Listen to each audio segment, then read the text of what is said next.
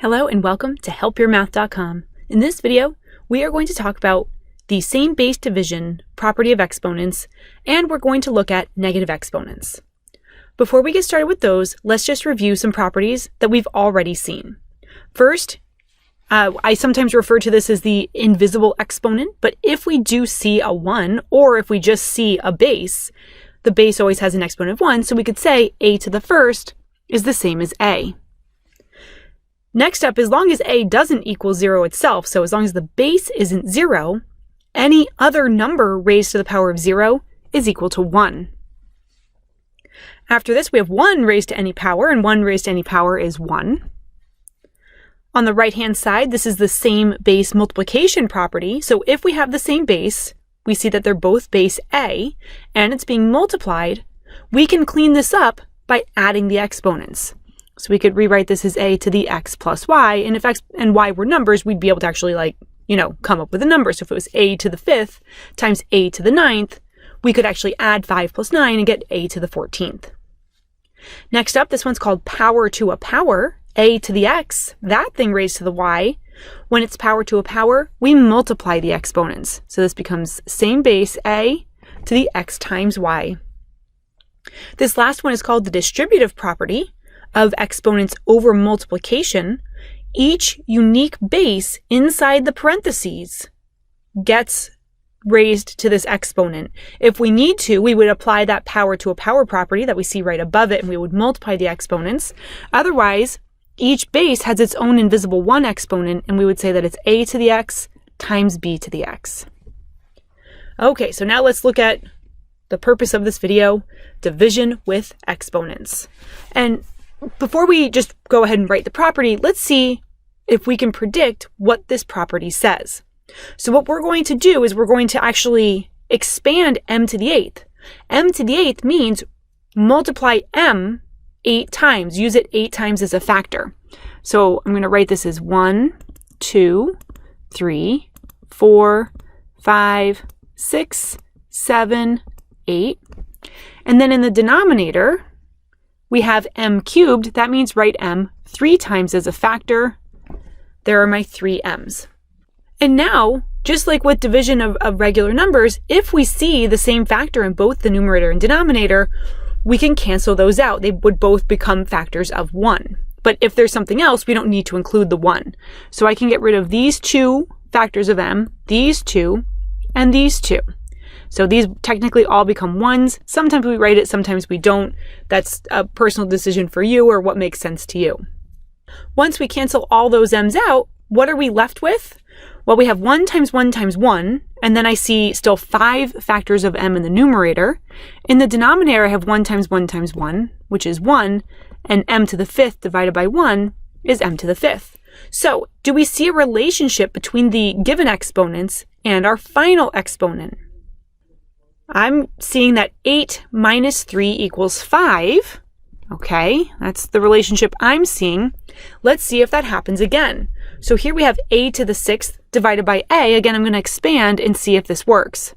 That means I have 6 factors of a in the numerator, 4, 5, and 6, and 1 factor of a in the denominator. I can cancel out 1 factor of a from both the numerator and denominator. And then I have 1 times 1, 2, 3, 4, 5, so that's a to the 5th. And in the denominator, I just have a factor of 1. Well, if I divide by 1, I'm just going to end up with a to the 5th. So did this work again? Well, wait a minute. In the denominator of the given expression, I don't see an exponent. So what's its exponent? That's right. It's the invisible 1 exponent.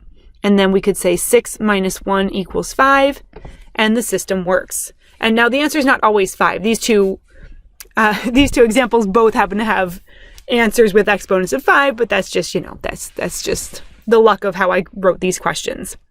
Okay, but what we can say is that the shortcut for division of exponents is that if we have the same base, so if I have b to the x over b to the y, I can skip all the mumbo jumbo in the middle and just get right to that final answer by doing b to the x minus y. We'll notice we don't even have a fraction at the end. The other thing to note here is that it's x minus y. It's the exponent of the numerator minus the exponent of the denominator. And one last thing, This is just a little side note. B can't be 0 because we can't have that 0 in the denominator. So that's the only caveat to this. All right, so let's practice using the shortcut of same base division where we subtract the exponents. First up, we have y to the 5th divided by y squared. The shortcut says that we can do y to the 5 minus 2, and 5 minus 2 is 3. Sometimes the other way I think about this, if I don't want to expand, but I still am like, does this really make sense? Is we could rewrite y to the 5th using same base multiplication. It would be y squared, and then it would be to the 3rd, because if we add those exponents, that would get us back to the 5th, and then the y squareds would cancel, and there's that y cubed again. So just another way to justify why this property does in fact work. In our next example, we have h to the 12th divided by h to the 8th. That would be h to the 12 minus 8, and 12 minus 8 is 4. Again, if we have 12 factors of h in the numerator and 8 in the denominator, you can kind of visualize just crossing out 8 of those and seeing those remaining 4 factors of h left, and they would be in the numerator. In our last example, we have r cubed over r to the 7th. And so we're going to subtract. We have r to the 3 minus 7. Well, 3 minus 7 is negative 4. Hold up. Wait, what? Is that true? It's true because when we subtract the numerator, the exponent in the numerator, by the exponent in the denominator. But what does this mean? We haven't seen a negative exponent yet. So that's the next part of what we're going to talk about is what does that negative exponent mean? Well, if we go back to my old way on the previous slide where I expanded, let's see what this means. So we have 3 factors of r in the numerator. That's what the r cubed means. And we have 7 factors of r in the denominator. 3, 4, 5, 6, and 7. And let's see. So we have these cancel, and these cancel. And then in the numerator, I have a 1, and I have to keep that 1. Unlike when there's a 1 in the denominator, you have to keep the 1 in the numerator. I have 1 times 1 times 1, and then I have 4 r's in the denominator. So what does this all mean? Well, when we used the same base division and subtracted, we got r to the negative 4th. When we expanded, we got 1 over r to the 4th. So those two expressions must be equivalent. And just to keep things mathematically sound, we say they are. So let's talk more about this negative exponent. So what I see here is that having a negative exponent actually moved that base of r into the denominator. And another way we might call that is we might call it its reciprocal. So we can denote the reciprocal of a number using exponents. If we have b to the negative x, that negative in the exponent is an indication that we're actually going to take the reciprocal of the base. And the reciprocal, when we don't already have a fraction, would be 1 over that thing. So we would say 1 over b to the x. And so this is now a new property that we should know and love. So let's test out this negative exponent idea. So the first one, 13 to the negative 1, we could really interpret this as the reciprocal of 13. Remember, reciprocal, that's when you switch the values of the numerator and denominator. So the negative means put 13, that base, in the denominator. If I'm moving it to the denominator, I would need a 1 in the numerator, and then it would be 1 over 13 to the 1, which would be 1 over 13. If you're not convinced about the reciprocal, you could always take this and put it over 1, and then you see if you take the reciprocal of 13 over 1, it would be 1 over 13. In the next example, we have 1/5, and we want to raise it to the negative 2 power. So the negative part of the exponent says take the reciprocal of the base. The negative part of the exponent means take the reciprocal of the base. I'm going to actually write that down because I think that's a good point. Negative part of exponent means, I'll put it in quotes, take the reciprocal of the base. So once you take the reciprocal, you've dealt with the negative part of the exponent, but the rest of the exponent is still there. We can take that negative and say that that's a negative 1, and then it would be negative 1 times 2. So that way you can kind of think about the negative 2 as 2 separate things. We have the negative and the 2 separately. The negative thing says take the reciprocal. Well, the reciprocal of 1/5 is 5 over 1, which is just 5. Once I've done The negative part of that, now it's just 5 squared because I've already dealt with that negative part by taking the reciprocal. And then 5 squared is 25. In the next example, we have 2 to the negative 3. So we might want to think of this as 2 over 1, and the reciprocal of 2 over 1 is 1 over 2. Usually we would just kind of lump the exponent with where it once belonged. So like 1 over 2 cubed is the same as 1 over 2 that thing cubed, but usually we would just kind of like keep it with the base that it once was a part of. And then 2 cubed is 8, so this would be 1 over 8. In this last example, notice that 3 has an invisible exponent. Its invisible exponent is positive 1. And the 4, wait a minute, the 4 is in the denominator. So what do we do when it's in the denominator? This can get a little bit tricky, and on the next slide I'm going to talk about a shortcut we can use. But in the meantime, so it's in the denominator, and we can't just like change its location because we feel like it. It means take the reciprocal, but it has to stay where it is. The reciprocal of 4 would be 1 over 4. Well, that's even worse. Now we've just turned this into a complex fraction. To get rid of this complex fraction, we would multiply by the reciprocal, which would be 4 over 1. So that way those cancel. And look at this. We have 3 times 4, which is 12. So wait, we had this 4 with a negative exponent in the denominator, and what happened? It moved the 4 up to the numerator. So rather than doing the reciprocal in the denominator, yeah, we actually can move it up to the numerator, and when we move it to the numerator, that's the same thing as taking its reciprocal, and then it would have a positive exponent after all. So what do we do when a factor or a base does in fact have a negative exponent? These are my tips on what to do.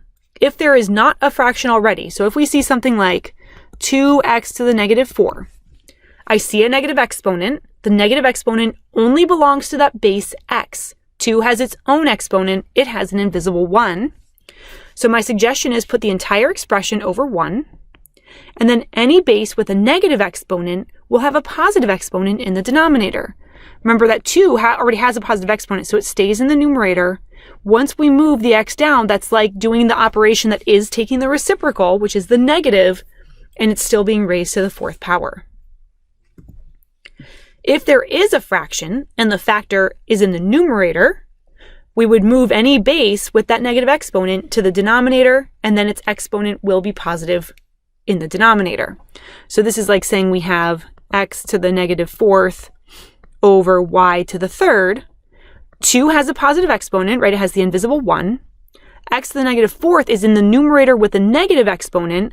So if we put it down in the denominator, we've done the operation that is the negative part of the exponent, the negative 1, but it would keep the 4 because we haven't done anything with that 4 yet. And then there's already a y cubed down there. When the x to the 4th joins it joins it through multiplication. Everything here is multiplication. Even the division, we could rewrite division as multiplication. So everything is actually going to be counted as multiplication. When it moves down, it's now going to be multiplied by y cubed. And lastly, if there's a fraction and the factor is in the denominator, we would move any base with a negative exponent to the numerator. Once it's in the numerator, it will have a positive exponent from there. So if we have 2x to the 4th over y to the negative 3rd, 2 has a positive exponent, invisible 1. X to the 4th has a positive exponent, but this y to the negative 3rd has a negative exponent. And remember, we saw the kind of like trick on the last slide. It would be 1 over y in the denominator, but that's the same as putting y in the numerator. We're going to write it as 2x to the 4th. Once we move it up, we've taken care of the negative part of that exponent. What's left in the denominator is a factor of 1. We don't need that factor of 1, so we could just say 2x to the 4th y cubed. Let's look at a few more examples of these. Always, I encourage you, pause the video, try these 4 questions out, and see how you do. Okay, let's take a look. And I want you to not feel bad if you didn't get them right, or whatever mistakes we make, because this is why we practice, so we can figure out, wait, what's going on? What am I missing when she's talking versus when I'm doing it on my own? That's how we learn, right? We have to make mistakes in order to get better. So let's see. We have x to the negative 4th. So this one, we don't have a fraction. You could create a fraction if you wanted to by putting it over 1. And now the x to the negative 4th is in the numerator, and it's saying, well, if I go to the denominator, I'm going to have a positive exponent. And we would say 1 over x to the 4th. And there's my positive exponent, final answer. In the second example, we have 1 over m to the negative 7. So m has a negative exponent in the denominator. We're going to move it up to the numerator where it's going to have a positive exponent, leaving behind a factor of 1. Now I have all these 1s and I need none of them. I don't need to multiply something by 1. That's an identity. I don't need to divide something by 1. That's also an identity. So this would just become m to the positive 7th. In the next example, we have 2b to the negative 3rd, c to the 4th. So 2 has a positive invisible 1 exponent. It's happy where it is. It stays in the numerator. The b to the negative 3rd wants to go down to the denominator, and it's going to be joined by the c to the 4th, which has a positive exponent, so it stays where it is. If a factor has a positive exponent, leave it where it is. Last up, we have 12y to the negative 5th, w squared times x to the negative 6th. 12 has a positive exponent. It's got its invisible 1. Sometimes students say, well, how come it's not included with the y? Well, if I wanted 12 to have that exponent of negative 5, I would need to put it in parentheses. If I wrote it like this, then yes, 12 does in fact have an exponent of negative 5. But I don't do that. An order of operations says do the exponent first. The exponent is directly of the thing in front of it, which in this case is just the y. 12 therefore has its own exponent of 1. 12 is going to stay in the numerator. This y to the 5th is going to move down to the denominator. W squared has a positive exponent, so it's going to stay in the denominator. X to the negative 6th has a negative exponent. We move it up. We've taken care of the negative part of the exponent, leaving us with 12x to the 6th divided by y squared. Divided by w squared times y to the 5th. These have been examples of using same base division and a look at negative exponents. Thank you for stopping by.